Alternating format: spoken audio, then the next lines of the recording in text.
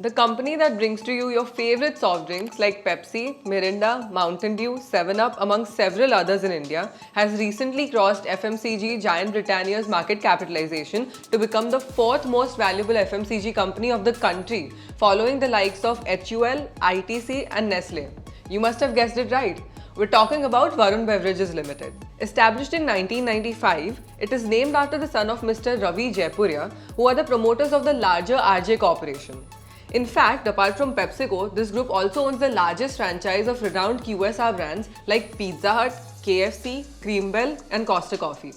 VBL is the world's second largest franchise outside of the US of carbonated soft drinks and non-carbonated beverages, which are sold under the PepsiCo trademarks. With this meteoric rise, it has also reached the 1 lakh crore MCAP mark, a feat that less than 60 Indian companies have been able to achieve till date.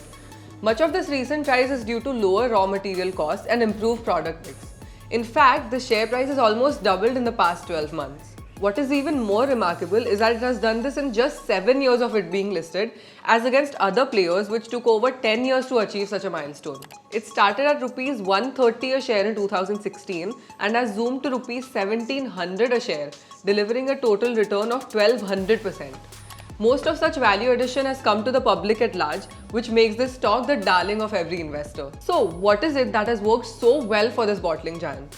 Let us first deep dive into exploring how the partnership between Varun Beverages Limited and PepsiCo works. So, Pepsi doesn't need to run its show in India. What it just needs to do is lend its concentrates and spend on marketing. I'm sure you must have seen Salman Khan and lately even Ranveer Singh selling the Pepsi lifestyle. So how does Pepsi benefit? First, it remains asset light. Second, it is free from the nitty-gritties of manufacturing, operations and distribution and can focus on what it does best: research and development and marketing. Now you must be thinking that doesn't it lower Varun Beverages' bargaining power by being completely dependent on PepsiCo for both raw materials as well as prices? What if one fine day PepsiCo ends its partnership with the company? It'll be worthless, isn't it? Well, that's far from possible. PepsiCo is more dependent on Varun Beverages Limited than the other way around. You see, in 2011, the company accounted for just 26% of PepsiCo's India sales. Even when it hit the bourses in 2016, shareholders weren't excited at all about this company. However, come 2021, Varun Beverages Limited accounts for 85% of all PepsiCo revenue in India. So it made no sense for Pepsi to take such a step. It is this reason that in 2019, PepsiCo even divested its South and West India bottling operations to Varun Beverages Limited, making it its national bottling partner. Today, it has gained the right to bottle the entire PepsiCo portfolio, starting from carbonated drinks to even non-carbonated drinks like Tropicana, Gatorade, Nimbooz, Sting and packaged drinking water brand Aquafina. Very recently, it also signed a deal with PepsiCo to manufacture Kurkure Puffcorn in India, adding to its revenue mix. The more the products are, the merrier it is, since it reduces the merchant's point of contact to just one brand and also smoothens the distribution and logistics process to sell to a wider customer base. Truly, it has become a Pepsi monopoly. Now that we've talked about how this partnership actually works, let us now explore the nitty-gritties of the business model to know how they operate. So, as we've already discussed, PepsiCo provides the company with brands and concentrates as raw material, and Varun Beverages manages the end-to-end manufacturing, bottling, packaging, transportation, warehousing, and last-mile logistics to retail stores in its extensive distribution network. While doing so, PepsiCo exercises complete control over the manufacturing process for product quality and cost efficiency. At the retail counter, the products are stored in Visi coolers, which are again provided by the company but owned by the retailer. And what about marketing? Well, there are two sides to it. One is ATL or above the line marketing, which involves the use of mass media channels like television, radio, billboards, newspapers, event-based marketing, etc. to target a wider audience. This is generally taken care of by PepsiCo itself. The other side is BTL or below the line marketing, which involves doing sampling, personal selling, etc. to widen distribution for targeted reach.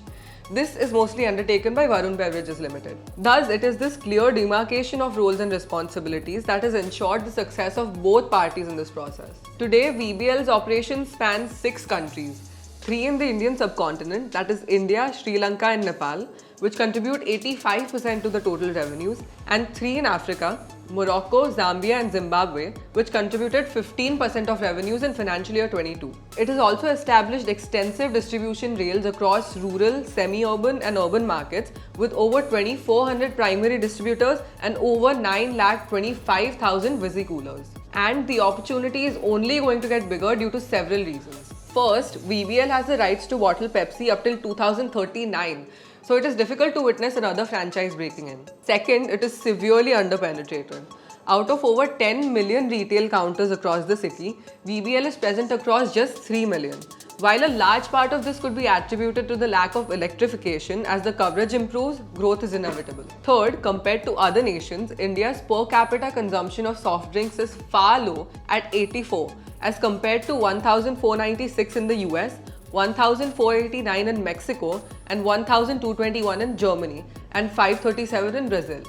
This number is poised to grow over the years. Lastly, a favorable demographic profile of the Indian population, with the largest youth population in the coming decade, along with rapid urbanization and rising income across households, would contribute to the growth story. However, it won't be smooth sailing for VBL. We must consider certain risk factors as well. A large part of VBL's growth till now had come inorganically through acquiring other franchise partners. But now it must figure out ways to grow organically. Coca-Cola, with its extensive portfolio, presents a tough competition. Increasing negative publicity, regulatory concerns, and mindset shifts surrounding high sugar drinks having negative impact on health could also harm the company over the longer term. Also, Campa Cola's entry in partnership with Reliance is sure to cause some chaos as well. Let us know if you enjoyed this case study.